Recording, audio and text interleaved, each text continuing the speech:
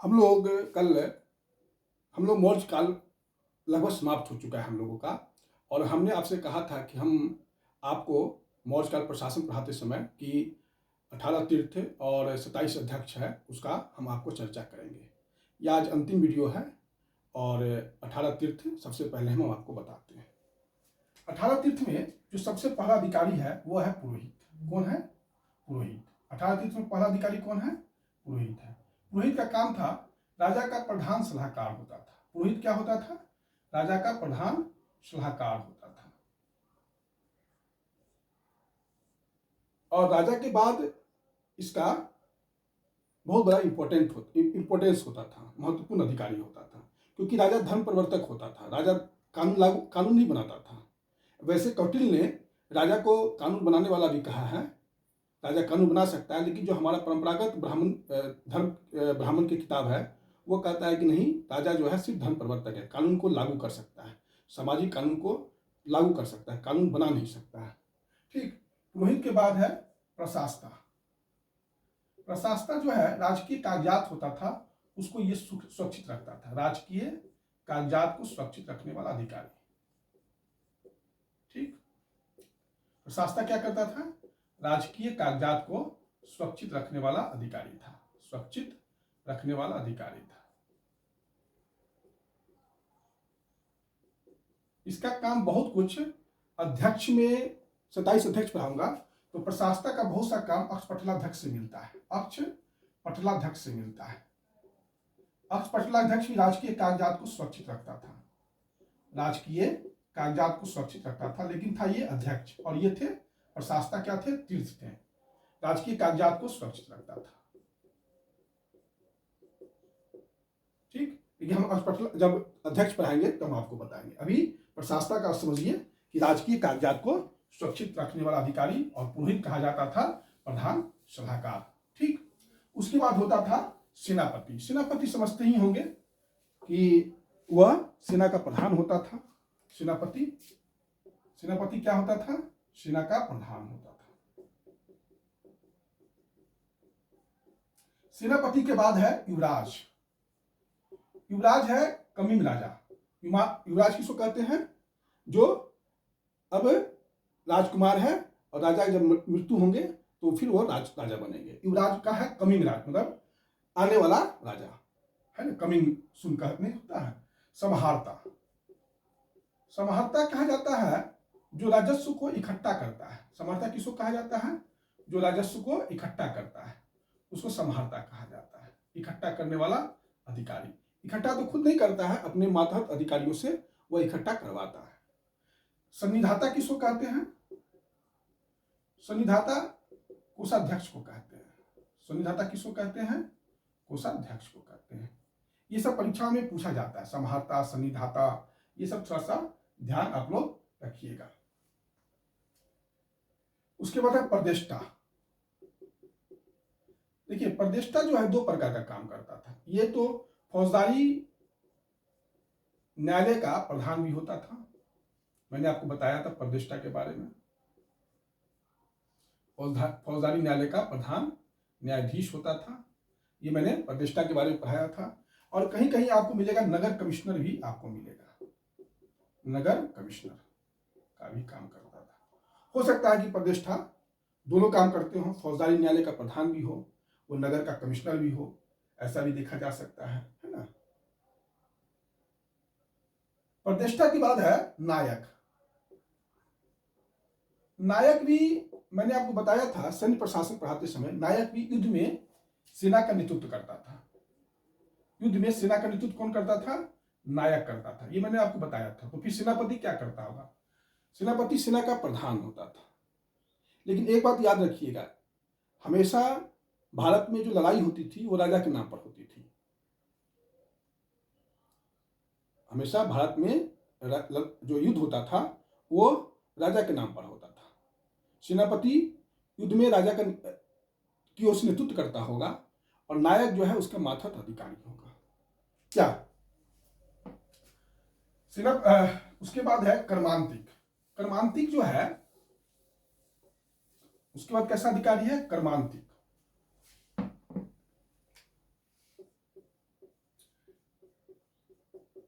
कर्मांतिक जो है उद्योग जो विभाग होगा, उद्योग विभाग ये देखता होगा। उद्योग या शिल्प विभाग जो भी काम होगा कर्मांतिक ही देखता होगा। कर्मांतिक का काम क्या था? उद्योग एवं शिल्प विभाग का ये प्रधान होता था। दंडपाल, दंडपाल पुलिस अधिकारी को आप कह सकते हैं। दंडपाल किसको कहा जाता था? पुलिस अधिकारी को कहा जाता था। उसके बाद है व्यवहारिक। व्यवहारिक मैंने बताया था, क्या बताया था याद है? व्यवहारिक मैंने बताया था कि यह जो अधिकारी होता था वह सिविल मामलों का प्रधान न्यायाधीश होता था। सिविल मामलों का प्रधान न्यायाधीश होता था। दीवानी जिसको कहते हैं उसका व्यवहारिक ही मेन हेड होता था। व्यवहारिक के बाद नागरिक। नागरिक है जो नगर का हेड होता होगा, नगर का प्रमुख होता होगा, है ना? नागरिक उसको कहा जाता होगा। दुर्गपाल, दुर्गपाल जो है राजकीय जो दुर्ग होते होंगे उसका हेड होता होगा। राजकीय दुर्ग का हेड होता होगा। अंतपाल, अंतपाल जो है सीमावर्ती दुर्ग का प्रधान होता होगा। सीमावर्ती दुर्ग का प्रधान होता होगा। कोई दिक्कत? आठवीक, आठवीक जो था वो वन विभाग का प्रधान होता होगा। वन विभाग का प्रधान होता होगा आठवीक। आठवीक क्या होता होगा? वन विभाग का प्रधान होता होगा। दवारी क्या होगा? राजकीय महल का हेड होगा। राजकीय दरबार, राजकीय दरबार का प्रधान कौन होता था? दवारिक। आठवीं क्या होता था? वन विभाग का प्रधान होता था। अंतपाल क्या होता था? सीमावर्ती दुर्ग का प्रधान होता था। नागरिक क्या होता था? नगर का प्रमुख होता था। व्यवहारिक क्या होता था? सिविल मामलों का प्रधान न्यायाधीश होता था। दंडपाल क्या होता था? पुलिस अधिकारी होता था। कर्मांतिक क्या होता था? तो उद्योग और शिल्प का प्रधान होता था। ठीक। उसके बाद है अंतर्वेशिक। अंतर्वेशिक अंतःपुर मामलों का प्रधान। अंतःपुर जो होता है राजा का सबसे सुरक्षा, यहाँ पर काफी सुरक्षा, यहाँ सुरक्षित जगह पर ही राजा को रखा जाता था, उसी को अंतःपुर कहा जाता था। और अंतःपुर का जो हेड होता था वो काफी क्लोज आदमी को बनाया जाता था। जो राजा का बहुत क्लोज आदमी होता था, जो बहुत विश्वासपात्र होता था, उसी को अंतःपुर का अध्यक्ष बनाया जाता था। उसको अंतर्वेशिक भी कहा जाता था। और एक अंतिम जो 18वां अधिकारी है मंत्री परिषद अध्यक्ष। मंत्री परिषद अध्यक्ष यह राजा को मंत्री परिषद के जो मामले होते थे उनको सलाह देता था या मंत्री परिषद के निर्णय को राजा के सामने प्रस्तुत करता था। ये हो गया आपके 18 तीर्थ। ये सब आप लोग थोड़ा सा ध्यान रखिएगा। बहुत कुछ तो अधिकारियों का चर्चा हम लोग जब मौर्य प्रशासन पढ़े होंगे या समाज पढ़े होंगे या अर्थव्यवस्था पढ़े होंगे वहां भी हो गया है, लेकिन फिर भी जो है ये सब आप लोग ध्यान रखिएगा, परीक्षाओं में आपसे प्रश्न पूछा जाता है। उसके बाद है 27 अध्यक्ष। अर्थशास्त्र में 27 अध्यक्ष की भी चर्चा है। अर्थशास्त्र में 18 तीर्थ की चर्चा है जो सबसे हाईएस्ट ऑफिसर होते थे, और 27 अध्यक्ष 27 अध्यक्ष की चर्चा है जिनका वेतन 1000 पन वार्षिक भी होता था। सबसे पहला अधिकारी समाहर्ता। समाहर्ता का भी वही काम है, यहां भी राजकीय जो राजस्व होता था, राजकीय राजस्व को इकट्ठा करता था ये। और संविधाता का जो काम होता था वो क्या होता था? संविधाता का काम तो कोषाध्यक्ष का काम था, ट्रेजरर था ये। क्लियर? भंडाराध्यक्ष, भंडारा समझते ही होंगे। भंडाराध्यक्ष राजकीय भंडार का अध्यक्ष होता था। बहुत कुछ आपको याद नहीं करना पड़ेगा, नाम से ही स्पष्ट हो जाएगा, लेकिन इस दोनों को याद रख करके रखिएगा। संभारता और संविधाता परीक्षा में पूछा ही जाता है, बच नहीं सकते हैं आप। शस्त्राध्यक्ष ये भी याद करने की कोई जरूरत नहीं है। राजकीय शस्त्र विभाग का प्रधान, राजकीय शस्त्र विभाग का प्रधान। यहां पर जो है अस्त्र शस्त्र रखा जाता होगा, अस्त्र और शस्त्र रखा जाता होगा। अच्छा एक चीज बताइए, अस्त्र और शस्त्र में क्या अंतर है? अस्त्र और शस्त्र में क्या अंतर है? अस्त्र जो है फेंक कर मतलब फेंक कर किया जाता है, और शस्त्र जो होता है जैसे तलवार जो है शस्त्र है, शरीर के साथ है ना। और अस्त्र क्या है, वो फेंक कर किया जाता है। इस थोड़ा सा अस्त्र और शस्त्र के अंतर को ध्यान रखिएगा। शस्त्राध्यक्ष हो गया। अक्षपटलाध्यक्ष। अक्षपटलाध्यक्ष के बारे में मैंने कुछ देर पहले आपको चर्चा किया था। क्या कहा था? अक्षपटलाध्यक्ष जो है राजकीय कागजात को सुरक्षित रखता था। राजकीय कागजात को सुरक्षित रखता था, लेकिन यह 2 डिपार्टमेंट संभालता था। चल मुद्रा भी इसी का काम था। चल मुद्रा का हेड जो है अक्षपटलाध्यक्ष के अंतर्गत ही था। कभी कभी परीक्षाओं में पूछा जा सकता है कि कौन सा अध्यक्ष 2 डिपार्टमेंट संभालता था एक साथ। तो अक्षपटलाध्यक्ष ही एक ऐसा अध्यक्ष था 27 अध्यक्षों में जो 2 डिपार्टमेंट संभालता था। राजकीय कागजात भी संभालता था और मुद्रा भी संभालता था। मुद्रा का अर्थ मनी का मेरा कहने का अर्थ है। ठीक। अक्षपटलाध्यक्ष। शीताध्यक्ष बताने की जरूरत नहीं है। शीताध्यक्ष के बारे में मैंने कृषि अर्थव्यवस्था पढ़ाते समय बताया था कि राजकीय भूमि का जो हेड होता था वह शीताध्यक्ष ही होता था। राजकीय भूमि से कर यही शीताध्यक्ष ही वसूलता था। इसी के अंतर्गत यह था। अकराध्यक्ष। अकराध्यक्ष क्या था? तो खान विभाग। काफी कमाई होगा इसमें खान विभाग में। क्या अकराध्यक्ष खान विभाग में सबसे ज्यादा कमाई है, काफी मालदार पोस्ट होगा। इसलिए कौटिल्य कहता भी है कि राजकीय अधिकारी से कभी यह उम्मीद नहीं करना चाहिए कि वह दूध का धुला होगा। उसी प्रकार जैसे कोई व्यक्ति अपने माथे पर शहद ले जा रहा हो बाजार में बेचने के लिए, तो इससे यह उम्मीद करना कि उस अब शहद को चाटा नहीं होगा, यह कहना बहुत मुश्किल है। कहने का अर्थ कौटिल्य को भी पता था उस समय कि राजकीय अधिकारी भ्रष्ट होते ही हैं, स्वभावतः भ्रष्ट होते ही हैं, है ना। उनसे यह उम्मीद करना कि वो भ्रष्ट नहीं होंगे नितांत बेवकूफी है।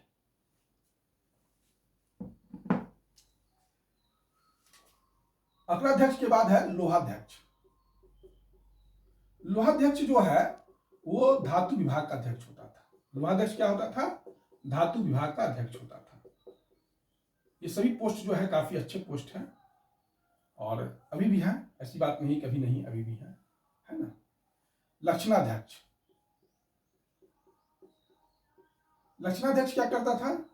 तो राजकीय मुद्रा यही जो है अध्यक्ष होता था।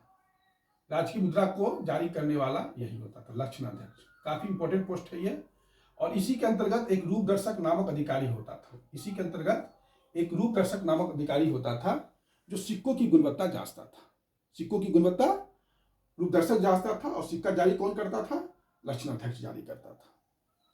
क्लियर? कुप्याध्यक्ष।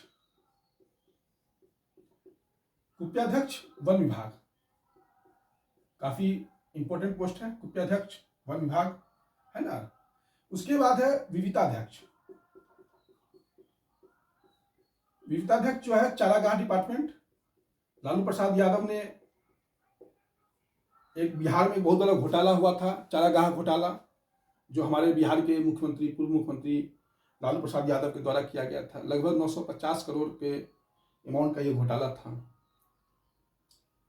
तो काफी ये भी आप समझ ही रहे हैं मैं क्या कहना चाह रहा हूं। विविताध्यक्ष। उसके बाद है मुद्राध्यक्ष।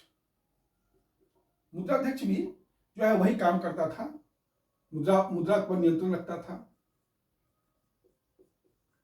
मुद्रा पर नियंत्रण रखता था। उसके बाद नवाध्यक्ष।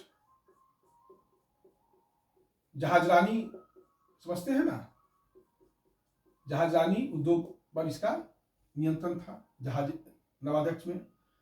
पत्तनाध्यक्ष। पत्तनाध्यक्ष का काम था बंदरगाह वगैरह जो होता था उसको पत्तनाध्यक्ष ही देखता था। जो बंदरगाह होते थे वह। संस्थाध्यक्ष क्या होता था? व्यापारिक मार्ग का यह नियंत्रण, व्यापारिक मार्ग का हेड होता था संस्थाध्यक्ष। संस्थाध्यक्ष व्यापारिक मार्ग का अध्यक्ष होता था। ये सब काफी इंपॉर्टेंट पोस्ट है, आप लोग इसको थोड़ा सा ध्यान से देखते रहिएगा, परीक्षाओं में पूछा जाता है। संस्थाध्यक्ष के बाद है शुल्काध्यक्ष।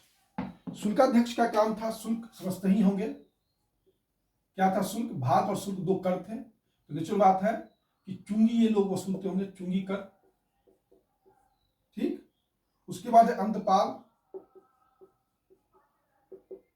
अंतपाल जो है, जो सीमावर्ती दुर्ग होगा उसका अध्यक्ष होगा, पहले भी चर्चा हुआ है। सीमावर्ती दुर्ग का ये हेड होगा।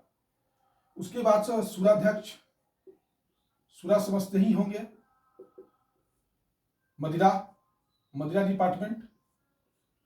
बिहार में मदिरा पीने पर और बेचने पर प्रतिबंध लगा दिया गया है। सुराध्यक्ष।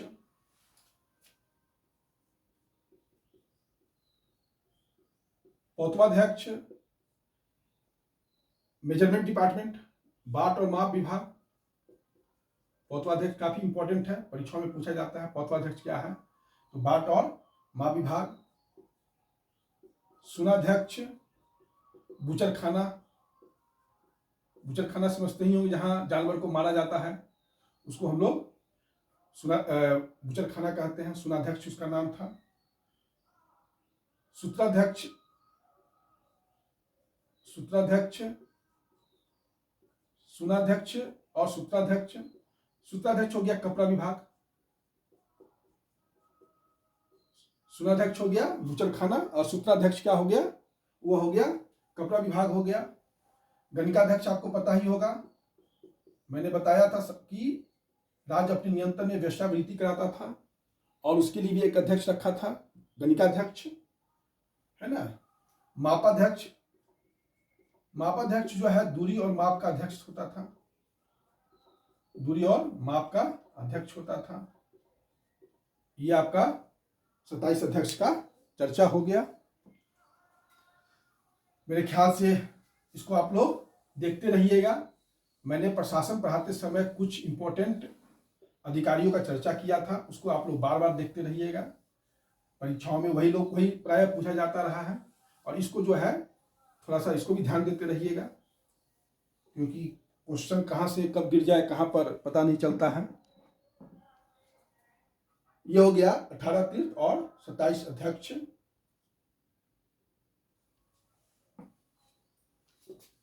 इसके बाद जो है कुछ चीज और मैं चाहता हूं कि कल मैं पढ़ा रहा था तो उससे संबंधित एक दो चीज मैं चाह रहा हूं कि आपको डिस्कस कर दूं। मैंने कल कहा था कि अर्थशास्त्र में कौटिल्य ने 15 मिश्रित जाति की चर्चा किया है, 15 मिश्रित जाति की चर्चा किया है। इस अर्थशास्त्र में इस मिश्रित जाति के लिए अंतवासीन शब्द आया है। क्या शब्द आया है? अंतवासीन शब्द आया। थोड़ा याद रखिएगा इसको। जो 15 मिश्रित जाति है, जो अनुलोम और प्रतिलोम विवाह से उत्पन्न हुआ है, उसके लिए अंतवासीन शब्द आया है अर्थशास्त्र में। क्लियर? एक है वर्ड पारमिता। एक वर्ड क्या है? पारमिता।